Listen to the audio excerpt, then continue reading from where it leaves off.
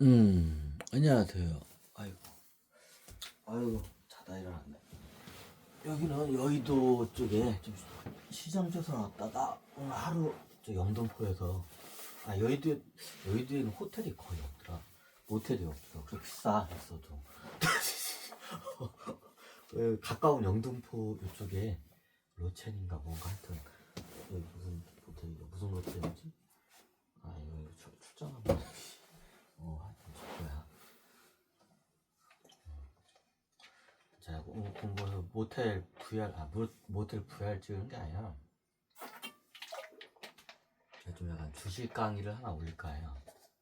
어떤 강의냐, 유상증자에 대해서 한번 좀 설명을 해야 할 것 같아. 유상증자가 저도 처음에 왜 이게 뭐지 하고 저도 저거였는데 이게 사기 쳐먹기 딱 좋더라고요. 사기 쳐먹기 좋아요. 내가 답부터 얘기할게. 유상증자가 사기 쳐먹기 좋아.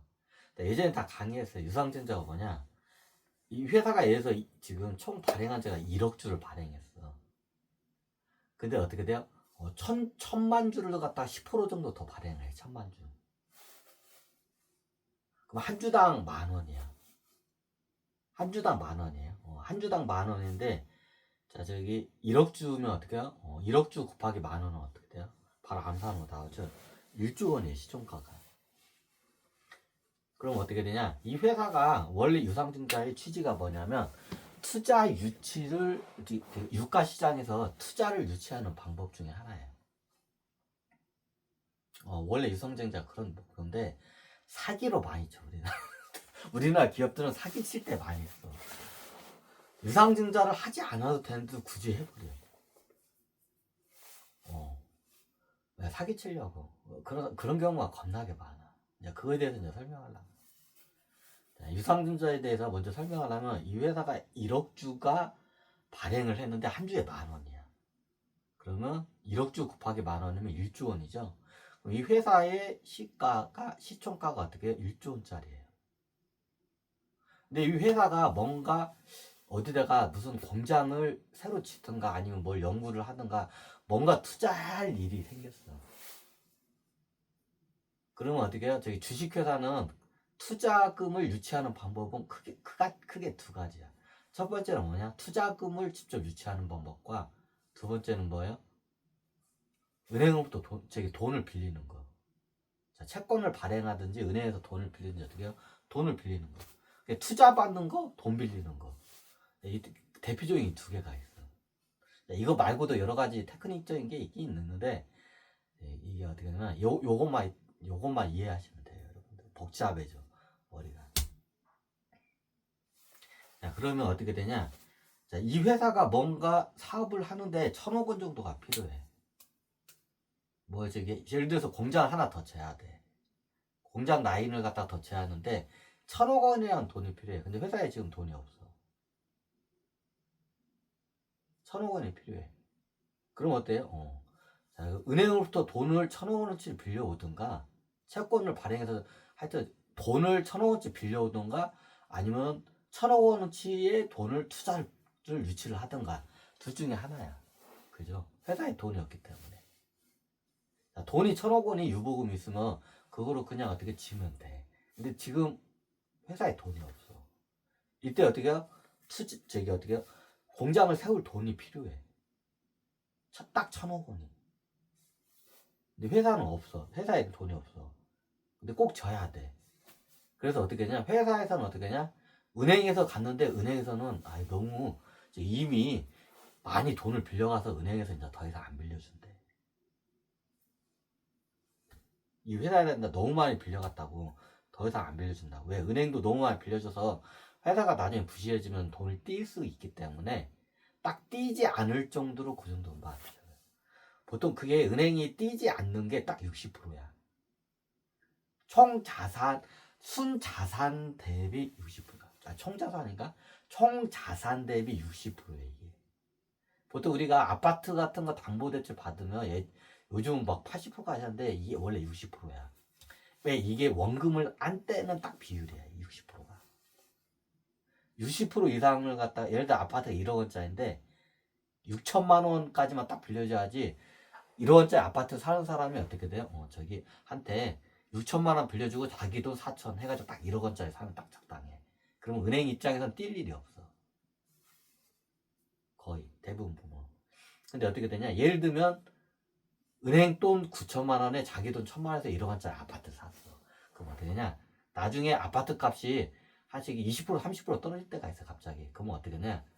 그때 어떻게 돼요? 그냥 저기 배째해. 배째해. 그러니까 어떻게 원금을 띄어 은행이. 근데 30%까지 보통 자산이 30%까지 떨어봤자 많이 떨어봐. 30%야. 그 이상은 잘 안 떨어지. 부동산 자산 같은 거. 그럼 어떻게 되냐? 1억 원짜리 30% 떨어졌자 7천만 원이야. 근데 빚이 얼마야? 6천만 원을 빌려왔어. 그러면 뭐예요? 떼질 않죠.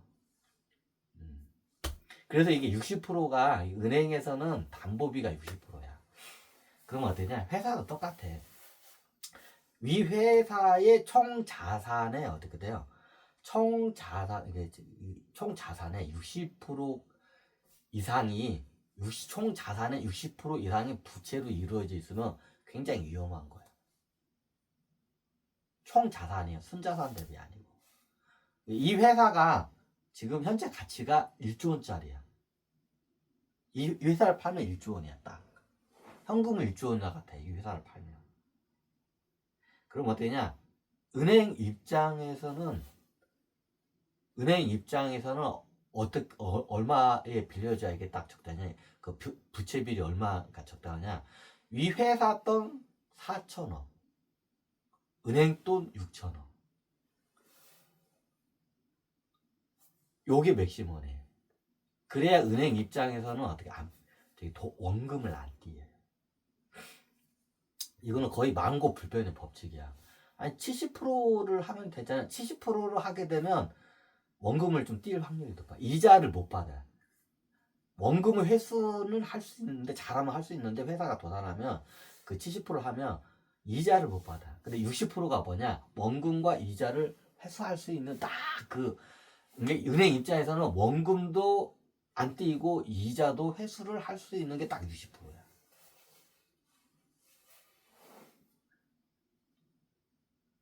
그게 60%야 이게 정확히.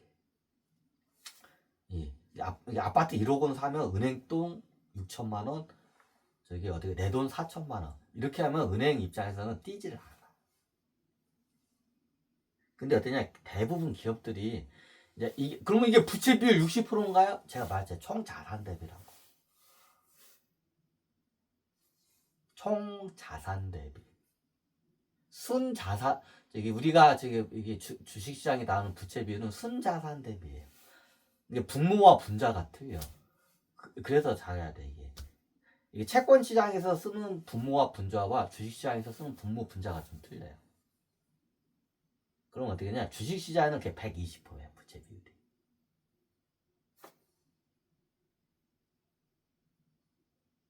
맞나? 120%? 맞아. 약 100%가 넘어. 쉽게 말하면 부채 비율이 이제 세 자릿수가 넘어가 주식 시장에서. 그럼 어떻게 되냐? 은행에서 잘못하면 뛸 수가 있어. 그 회사의 그 순자산 대비 부채 비율이 어떻게 30% 부채 비율이 세 자릿수 100%가 넘어가면 어떻게냐? 뛸 확률이 높아. 그럼 약간 체질이 하약하다는 거야. 세 자릿수 100%가 일단 넘어간다는 거야. 부채 비율이 높은 회사들이 많아요. 이게 특수한 경우가 특수 부채라는 게 많아요. 회사들이. 사람들이 그걸 적었는데 이게 저도 회계장부까지는 깊숙하게 이게 연구를 못 들어가요. 이게 왜 그것도 보여주지도 않고 나한테 그 오픈하는 것도 거의 가짜 용도야 우리나라 거. 그래서 굳이 보지를 않아요. 그냥 재무제표에 부채비율 그 정도만 그냥 대략 확인해. 그것도 잘 안 맞아. 거의 속여 얘네들이 다. 우리나라는 대부분 속여요 그거 재무제표. 실제 재무제표하고 틀려요. 공시용어. 자, 이게 왜 이걸 설명드렸냐? 회사가 돈을 가져오는데 유상증자에 대해 설명드렸는데 유상증자와 어떻게 은행으로도 돈을 빌리는 거죠. 그러면 되도록이면 회사 입장에서는 은행에서 돈을 빌리는 게 이익이야. 왜? 이자만 조금만 주면 돼. 유상증자를 왜 하냐? 은행에서 이미 이빠이 빌렸기 때문에 유상증자를 하는 거예요. 투자를 유치하기 위해서 유상증자를 하는 거예요. 이미 이빠이 받았기 때문에. 또 이런 말, 좀 이런 말 하면 여러분 잘 이해가 안 됐기 때문에 이해가 안 되겠지만, 은행으로부터 싼 이자로서 이게 장사를 해야 이익이 많이 나와. 너무 당연하죠.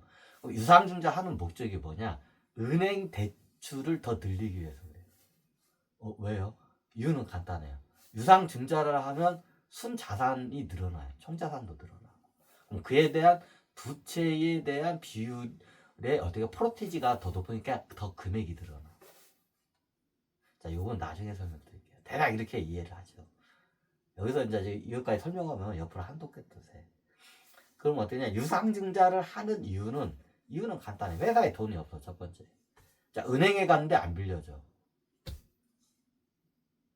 그리고 채권을 발행해도 사람들이 안 사. 회사가 회사채를 발행을 해요. 근데 안 사. 왜? 그럼 이자를 겁나게 많이 주면 모를까? 그 회사 뭘 믿고 빌려줘? 삐질 수도 있는데. 그러면 이자라는 게 어떻게 되냐? 회사채 이자가 세요. 이게 좀 약간 신용도가 두 자리 10% 이상이 넘어, 연 이자가. 10% 정도 돼. 좀 신용도가 낮은 회사인데 회사채 저걸 하면. 자, 왜 10%까지 왜 나올까요? 이유는 간단해요. 뛸 확률이 높은 회사이기 때문에 10% 이상의 채권을 발행할 때 10% 이자를 줘야 살까 말까 해. 자, 삼성전자가 예를 들어서 채권을 발행하면 3%대의 채권을 발행하면 서로 살라고 해요. 삼성전자가. 왜? 뛸 일이 없기 때문에. 회사채를 갖다 삼성전자가 예를 들어서 3%대의 회사채를 발행하면 서로 살라고 해요. 근데 어느 그 코스닥에 그 득부잡인 회사가 있어. 이미 막 부채도 많아. 그리고 어떻게 회사에 수익도 없고 자산도 뭐 이상한 자산밖에 없어. 그럼 이런 회사들은 어떻게 되냐? 좀 대놓고 얘기하자면 얘네들은 사채 시장 가야 돼. 이런 회사들. 10%의 회사채를 발행하잖아요. 그 누구도 안 사가. 괜히 회사채 10% 발행했다가 나중에 어떻게 되냐? 주가만 떨어져. 왜? 회사채를 안 사간대. 막 예를 들어서 회사채를 갖다가 거의 20% 가까이 회사채를 주는데도 아무도 안 사가. 자, 왜 그러냐? 회사가 망할 것 같으니까 채권 시장에서 그 누구도 그 회사채를 안 사는 거야. 20% 준다고 해도. 그럼 뭐냐? 그 다음 현상이 어떻게냐? 주가가 완전 수직으로 떨어져. 채권 시장에서 소문이 돌아. 야, 저 회사채를 발행했는데 20% 준대. 야, 거기 사채 이자야. 20% 준대. 근데 어떻게 돼요? 그 누구도 안 사. 그 회사채. 그럼 어떠냐? 그 회사채 이런 찌라시 시장의 증권가에 딱 퍼져. 20%를 회사채 이자를 주는데 아무도 안 산대. 이 말은 뭐야? 망할 회사라는 거야. 망할 회사니까 어차피 이자를 많이 줘도 망할 거면 원금 이자 다 띄게 돼 있어. 그러니까 안 사는 거야. 그럼 그 다음에는 그 다음 단계가 어떻게 되냐? 채권 시장에서 이게 소문이 퍼지면 20%의 회사채를 내놨는데도 아무도 안 사가. 그럼 어때? 주식시장이 개통하나? 찌라시 시장에. 그럼 그 회사 망할 회사라는 게 어떻게 낙인이 딱 찍혀버려. 그럼 어때? 주가가 그냥 급락을 해버려. 그냥. 왜? 너무 당연해. 이게 채권 시장하고 주식이 틀리기 때문에 채권 시장에서 그렇게 고금리에서 회사채를 발행했는데도 그 누구도 안 쳐다봐. 그 회사채 채권을. 그럼 어떠냐? 주식시장에서는 어떻게 냐? 이런 기관 투자나 이런 그 회사는 어떻게 해요? 블랙리스트에 올라가요. 망할 회사로. 그럼 그 회사 주식은 그 누구도 안 사. 그럼 어떻게 냐? 급락을 해버려. 그러다 진짜 도산을 해버려. 그래서 회사채 함부로 발행하는 거 아니야. 그러면 회사채를 발행하면 되냐? 다 이유가 있어. 발행을 못 하는 거야. 발행 잘못했다가 어떻게 돼요? 회사가 도산을 해버려. 자기 민낯 다 까는 거야, 그거. 그럼 어떻게 되냐? 자, 이게 되도록이면 회사 입장에서는 어떻게 해요?